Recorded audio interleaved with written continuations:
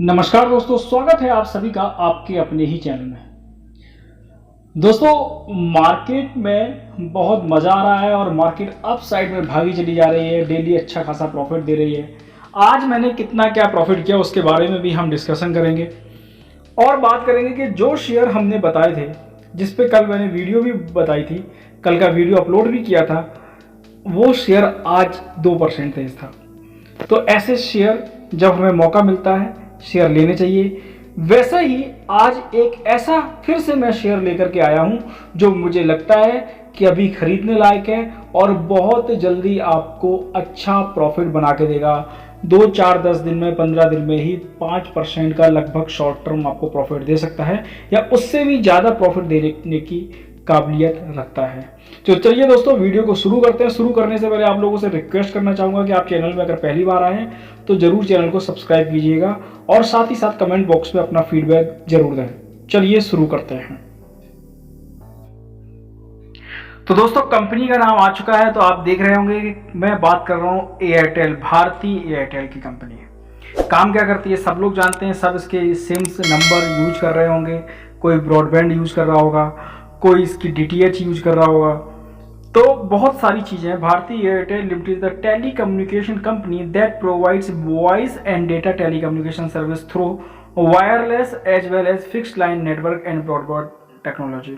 दोस्तों, कम्युनिकेशन और telecommunication के क्षेत्र में अब वैसे देखा जाए तो कंपटीशन बहुत कम हो गया है। पहले वोडाफोन, आइडिया के साथ इन सब का बड़ा कंपटीशन था। अब जिस तरीके से मार्केट ने, पहले भारतीय एयरटेल एक लीडर हुआ करती थी, लेकिन जियो के आने के बाद में इसमें और जियो में थोड़ा सा कंपटीशन तो क्रिएट हुआ है। लेकिन दूसरी तरफ ये भी है कि आइडिया और वोडाफोन जैसी कंपनियां साइड भी हो गई हैं, तो उसका फायदा भी इसको मिला है। तो लॉन्ग टर्म के बेस पे देखा जाए, मैं अभी ओवरऑल नजरिए की बात कर रहा हूँ। डेटा के बारे में थोड़ा सा हम लोग डीप में बाद में बात करते हैं। और अगर लॉन्ग टर्म के हिसाब से देखा जाए दोस्तों, जिस तरीके से वर्क फ्रॉम होम चल रहा है, जिस तरीके से नेट की डिमांड बढ़ रही है, डेटा की डिमांड्स बढ़ रही है, लोग ज़्यादा डेटा यूज कर रहे हैं, ज़्यादा घर पे ही बैठ के, अब तो PVR में भी जाना बंद हो गया, नेटफ्लिक्स लोग यूज कर रहे हैं और भी बहुत सारी चीज़ें हैं जो जिसके लिए ब्रॉडबैंड की और नेट की बहुत ज़्यादा ज़रूरत होती है। उस क्षेत्र में मुझे ऐसा लग रहा है कि ऐसे क्षेत्र में आने वाले अभी कुछ समय में, जब तक कि ये कोरोना का माहौल है या उसके बाद में भी ये चीज़ें बंद नहीं होगी, नेटवर्क की, डेटा की और इन सभी चीज़ों की ज़रूरत पड़ने वाली है। मुझे लग रहा है कि अभी आने वाले टाइम में भी, लॉन्ग टर्म में तो इसकी ग्रोथ है ही, साथ ही साथ शॉर्ट टर्म में भी मुझे लगता है कि इन कंपनियों में अभी तेजी आ सकती है, या ये कहे कि इनकी डिमांड और इनकी जो सप्लाई है उसकी ज़रूरत पड़ने ही वाली है। तो ये मेरे व्यूज़ हैं, हो सकता है आप इससे डिफर भी कर सकते हैं, बट ऐसा मेरा मानना है कि मुझे लगता है कि अभी जिस तरीके का माहौल है इनकी ज़रूरत पड़ेगी और इनकी रिक्वायरमेंट और इनकी डिमांड बहुत ज़्यादा होने वाली है ऐसी कंपनियों की। चलिए अब थोड़ा सा कंपनी के फाइनेंशियल्स और कंपनी के रिटर्न्स के बारे में जानते हैं। तो दोस्तों, ये देखिए, भारतीय एयरटेल का जो अभी प्राइस चल रहा है 528.75 चल रहा है। वैसे मैं इस शेयर में, मैंने इसमें 2-3 महीने पहले बहुत अच्छा काम किया था। मैंने इसमें होल्डिंग्स भी बनाई थी, लेकिन बाद में मैंने प्रॉफिट बुक कर लिया था। मैंने इसको होल्ड नहीं किया था लॉन्ग टर्म के लिए, लेकिन अब फिर से मैं इस पर नज़र बनाए हुए हूँ और मुझे लगता है हो सकता है कल से ही मैं इसको अपने पोर्टफोलियो में ऐड करना शुरू कर दूँ। अब इसके अगर रिटर्न्स की बात देखें तो आप देखिएगा कि इसने 1 महीने के अंदर कोई भी रिटर्न नहीं दिए हैं। ये अपनी जगह पे कंसोलिडेट ही कर रहा है, लगभग उसी प्राइस पर ही है। इसका कोई बहुत ज़्यादा अप डाउन नहीं है। 551 का हाई बनाया था, 518 का लो है, यानी कि आसपास वहीं पे ये कंसोलिडेट कर रहा है। 1 महीने से क्या, मैं लगभग 2-3 महीने से इसको ऐसा ही देख रहा हूँ। अगर हम इसके 1 साल की बात करें तो 1 साल में भी इसने लगभग -5% के रिटर्न दिए हैं। 394 का इसने लो बनाया है, 623 का हाई बनाया है। मैंने लगभग 470-80 के आसपास मैंने इसको कई सारे शेयर्स बाई किए थे और लगभग 600 के आसपास मैंने सेल किए थे। तो उसमें जो प्रॉफिट कमाया था उसके बाद में इसको मैंने छोड़ दिया था 1-2 महीने बाद से। अब मुझे फिर से इस पर आज मेरी नज़र पड़ी और मुझे लगता है कि अब ये पोर्टफोलियो में ऐड करने लायक है। अब इसकी लॉन्ग टर्म की बात करें तो लॉन्ग टर्म में भी इसने कोई बहुत अच्छे रिजल्ट नहीं दिए हैं। हालांकि 61% का इसका इसने रिटर्न दे रखे हैं, बट बहुत अच्छे नहीं है जिस हिसाब से इन चीज़ों की डिमांड है उसको देखते हुए। अगर हम और ज़्यादा लॉन्ग टर्म की बात करें, इसकी मैक्सिमम की बात करें, तो इसने 2496% के रिटर्न दिए हैं। दोस्तों इतने लंबे जाने की ज़रूरत नहीं है। मैं अभी जो ऐसा लग रहा है कि ये कंपनी अब कंसोलिडेट कर चुकी है, अब इसका टाइम आने वाला है। हो सकता है जुलाई के महीने में ये आपको 5, 7, 8% का रिटर्न बहुत आसानी से दे दे, बहुत ही कुछ ही दिनों के अंदर। अब अगर इसके मार्केट कैपिटलाइजेशन की बात करें तो इसका जो मार्केट कैपिटलाइजेशन है 2,93,000 का कैपिटलाइजेशन है, और ये निफ्टी 50 में 13वें नंबर की कंपनी है। यानी कि निफ्टी 50 का पार्ट और इतनी अच्छी कंपनी हमें इतने सस्ते वैल्यू पर अवेलेबल हो रही है, तो ऐसे शेयर्स को पकड़ना चाहिए, छोड़ना नहीं चाहिए। अब इसकी बात करें टिकर टेप की चेकलिस्ट की, जो इन्वेस्टमेंट चेकलिस्ट होता है, तो वहाँ पर इसमें कुछ खास ज़्यादा है नहीं देखने को। इंट्रिंसिक वैल्यू के लिए वो कह रहा है कि इनसफिशिएंट डेटा नहीं है, रिटर्न्स इसके एफडीज के कंपैरिजन में अच्छे नहीं है, और वो दिख भी रहा है कि हमें इसने 2-3 साल में और 5 साल में भी कोई बहुत अच्छे रिटर्न दिए नहीं है।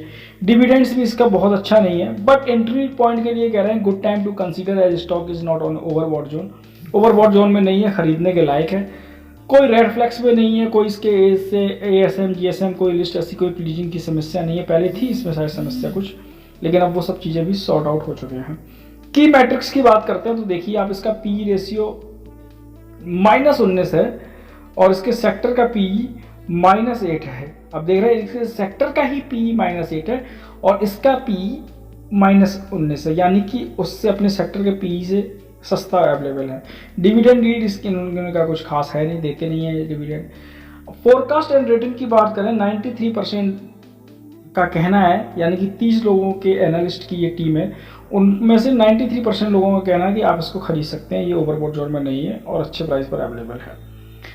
तो ये इसके डेटा थे। आप इसके फाइनेंशियल ट्रेंड्स की बात करते हैं। तो दोस्तों फाइनेंशियल ट्रेंड्स में आप देखिएगा, ये 2 साल से लगभग आपको लॉस ही दिखा रही है, लॉस दिखा रही है, और उसके अलावा रेवेन्यू इसका बढ़ा हुआ, बट इसमें इसने लॉस दिखाया है 2 साल के अंदर। अब यहाँ पे बात करते हैं हम होल्डिंग्स की। तो होल्डिंग्स आप देखिए, प्रमोटर्स के पास में लगभग 56% की होल्डिंग है, म्यूचुअल फंड के पास में 13% की होल्डिंग है, DII के पास में 7% की होल्डिंग है, फॉरेन इंस्टीट्यूशन ने बहुत अच्छा पैसा इन्वेस्ट कर रखा है इसमें, 18% की होल्डिंग है, और रिटेल हम और आप जैसे लोगों के पास में लगभग 5.5% की होल्डिंग है। तो ये इसकी होल्डिंग्स है, ये इसका सारा डेटा है, मैंने आपको बता दिया, आप इसे देख सकते हैं। अगर इसकी न्यूज़ की बात करें तो अभी हाल ही में टाटा के साथ में इसका कुछ इसकी डील्स हुई है टाटा के साथ में, और मुझे ऐसा लगता है कि ये शेयर बहुत दिनों से कंसोलिडेट कर रहा है। जून का महीना ख़त्म हो चुका है, जुलाई में ही आपको इसमें बहुत अच्छे कुछ ना कुछ रिटर्न देखने को मिलेंगे। अगर आप यहाँ पर इसको पकड़ लेते हैं तो मुझे लगता है कि ये आपके लिए बेनिफिट होगा। जबकि मार्केट इतने हाई पे चल रही है, निफ्टी 50 का 13वें नंबर की कंपनी, टॉप 20 की कंपनी अगर हमें इतने सस्ते वैल्यू पर अवेलेबल हो रही है, जिसके फंडामेंटल्स मुझे ठीक लगते हैं, और अभी मैं इस सेक्टर में हाल फिलहाल कुछ दिनों के लिए बुलिश भी हूँ, और मुझे ऐसा लगता है कि ये सेक्टर आपको बहुत जल्दी जुलाई के महीने में ही आपको कुछ अच्छे रिटर्न दे सकता है। लॉन्ग टर्म के लिए तो बढ़िया है, 2-4-5 साल के लिए भी आप रख सकते हैं, क्योंकि काफ़ी दिनों से कंसोलिडेट कर रहा है, अब इसके भागने का टाइम आ गया है। तो आप अपना रिसर्च करिए, आप अपनी समझ से, अपने समझदारी के साथ में, अपनी एनालिसिस के साथ में अपने वॉच लिस्ट में ऐड करें, नज़रें बना के रखें। अगर आपको लगता है ठीक, तो आप अपने पोर्टफोलियो में ऐड करें, और अगर रिटर्न मिल जाता है तो अच्छी बात है। दोस्तों मैंने अपने टेलीग्राम चैनल पे कल SCL टेक के एक वीडियो कल SCL टेक का बनाया था, टेलीग्राम चैनल पे भी मैं 2 दिन पहले उसकी पोस्ट भी डाला था लेने के लिए। मैंने बोला था कि ये लॉन्ग टर्म के लिए और शॉर्ट टर्म के लिए बहुत अच्छा है।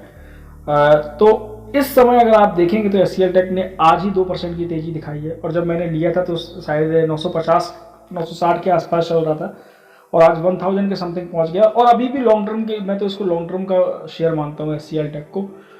अच्छे शेयर को अच्छे प्राइस पर लेना होता है, तभी हमें रिटर्न मिलता है। अगर हम ऊपर के रेट में फंस जाएंगे, जो शेयर भाग रहा होगा अगर उसमें फंसेंगे, तो वो हमें रिटर्न तो देगा अगर वो अच्छा शेयर है, लेकिन वो दर्द बन के रहेगा कुछ दिनों के लिए, 3-4 महीने, 5 महीने, हो सकता है साल भर।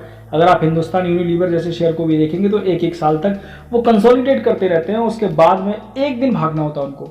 साल भर कंसोलिडेट करेंगे, 6 महीने कंसोलिडेट करेंगे, और उसके बाद में जो भागना, जो रिटर्न आपको देना होता है ना साल भर का 10-15%, 20% का, वो एक दिन के अंदर, 2 दिन के अंदर, 4 दिन के अंदर, 1 हफ्ते के अंदर ही कोई न्यूज़ आती है या कुछ भी मिलता है, और उसमें वो अपनी रिटर्न देके चले जाते हैं। तो अच्छे शेयर को अच्छे प्राइस पर पकड़ना होता है। इसके लिए आप टेलीग्राम चैनल को ज्वाइन कर लीजिए मेरे।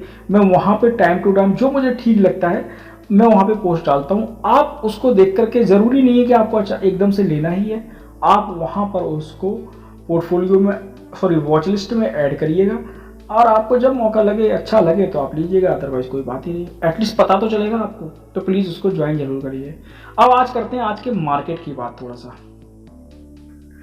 तो दोस्तों आज मार्केट में लगभग 100 पॉइंट की तेजी देखने को मिली, जबकि आज मार्केट से उम्मीदें बहुत थी। मार्केट ने उतना उतने एक्सपेक्टेशंस के साथ में खैर तेजी तो दिखाई, बट उम्मीद थी रिलायंस से, क्योंकि आज रिलायंस की एजीएम थी। एजीएम में रिलायंस एक्सपेक्टेशंस पे खरी नहीं उतरी, तो रिलायंस में एक बहुत बड़ी गिरावट देखने को मिली। और मैंने आपसे बोला भी था कि कल मैंने इसीलिए रिलायंस की जो मेरी डील्स थी मैंने कम प्रॉफिट पे ही सारी क्लोज कर दी थी, कि मुझे पता था कि आज रिलायंस की एजीएम है, अगर मैं उसको होल्ड करके रखता और रिलायंस जिस तरीके से गिरा है तो मेरे एक डील्स में उसमें मुझे लॉस हो सकता था, अच्छा खासा लॉस हो सकता था, नहीं होता ही।